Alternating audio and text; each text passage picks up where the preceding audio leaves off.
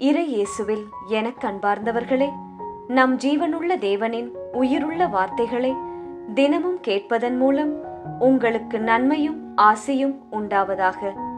இன்றைக்கு நம் உள்ளத்தில் ஆண்டவர் பேச விரும்புகிற திருவசனம் கொலோசியருக்கு எழுதிய முதல் திருமுகத்திலிருந்து வாசகம். அதிகாரம் 1, வசனம் 12. தந்தையாம் கடவுளுக்கு நன்றி செலுத்துங்கள், அவர் இறைமக்களுக்கான ஒளிமயமான உரிமை பேற்றில் பங்கு பெற உங்களை தகுதியுள்ளவர்கள் ஆக்கினார். இறை இயேசுவில் எனதருமை நண்பர்களே, உங்கள் அனைவருக்கும் நம் இயேசுவின் அன்பை உரித்தாக்குகின்றேன். இன்று நவம்பர் மாதம் 23ஆம் தேதி, ஆண்டின் பொதுக்காலம் 34ஆம் ஞாயிற்றுக்கிழமை.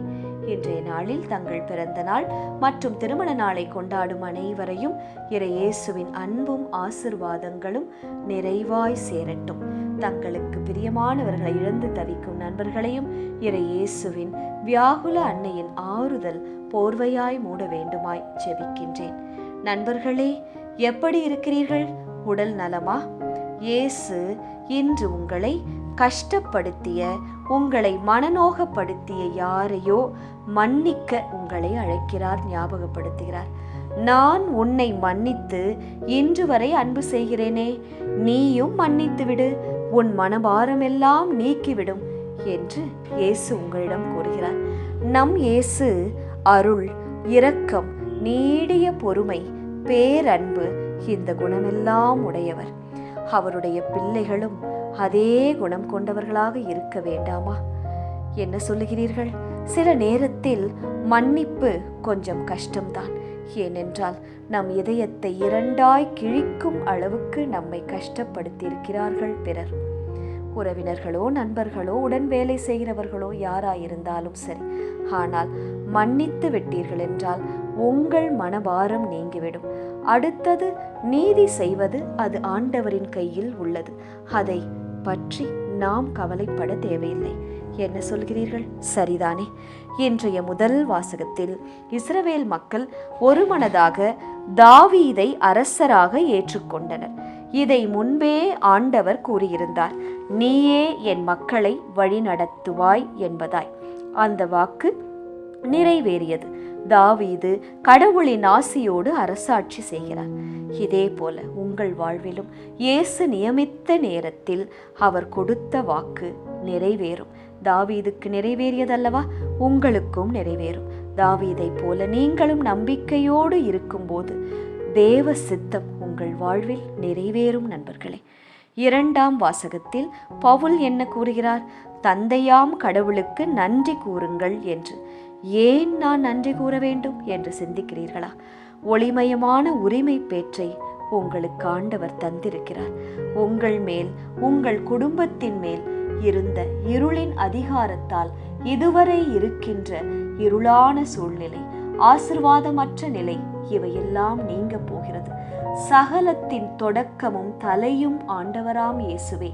அவரே உங்கள் தேவை எதுவாக இருந்தாலும் சரி, அது மண்ணில் உள்ளதோ விண்ணில் உள்ளதோ, அது காணக்கூடியதோ காண முடியாததோ, அரியணையில் அமர்வோர் யாராவது உங்களை தொந்தரவு செய்கிறார்களா? தலைமை தாங்குவோர், தலைமை பொறுப்பில் இருப்போர் யாராவது உங்களை கஷ்டப்படுத்துகிறார்களா?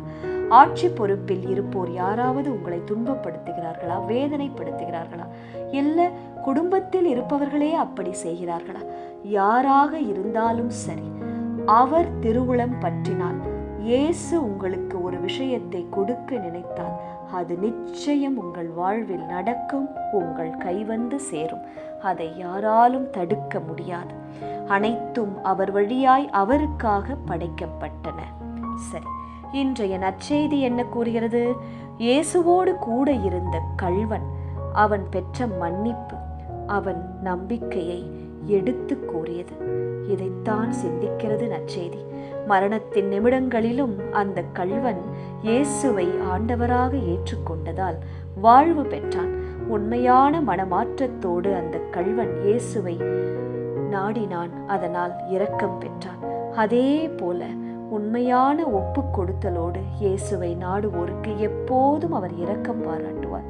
இயேசுவே, நீர் ஆட்சி உரிமை பெற்று வரும்போது என்னை நினைவில் கொள்ளும் என்று இறக்கும் தருவாயில் இயேசுவின் அருகில் தொங்கவிடப்பட்ட அந்த கள்வன் கேட்டான். இயேசு தாமதிக்கவே இல்லையே, உடனே பதில் கூறினார். இன்றே நீ என்னோடு பேரின்ப வீட்டில் இருப்பாய் என்று உறுதியாக சொல்லிவிட்டாரே. அந்த கள்வனுக்கே இரக்கம் பாராட்டிய நம் இயேசு நமக்கு இரக்கம் பாராட்ட மாட்டாரா? நிச்சயம் பாராட்டுவார் நண்பர்களே.